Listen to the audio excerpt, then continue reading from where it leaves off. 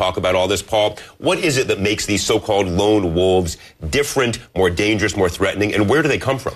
Well, they're here in the United States. There's growing extremism here connected to Al-Qaeda in the United States. People inspired by Al-Qaeda's ideology. We've seen more than 30 cases of Americans and American permanent residents becoming involved in terrorism cases here in the United States in the last 2 years. So it's a growing problem here in America. And with these lone wolves, it's very difficult to detect them because they're not part of a group, they're not part of a network, they're not necessarily communicating with other radicals.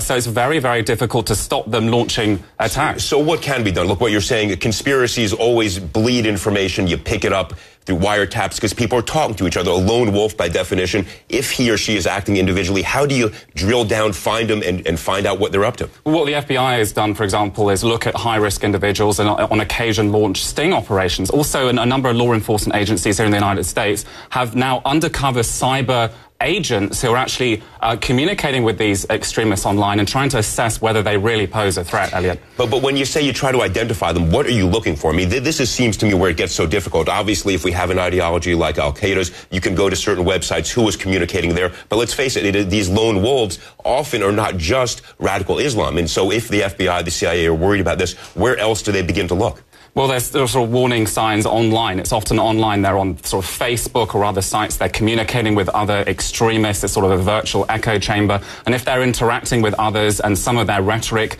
suggests they may want to try and launch attacks, or they're praising other people for launching attacks, or they're watching sort of suicide videos and they're praising those sorts of videos, all of those trigger warning signs and more investigation by the authorities, right. Elliot. And of course, Paul, those who are individuals can act faster than a conspiracy. It's just easier for one person to go out and do what he wants, and that, of course, is one of the great dangers of these lone wolves. All right, Paul.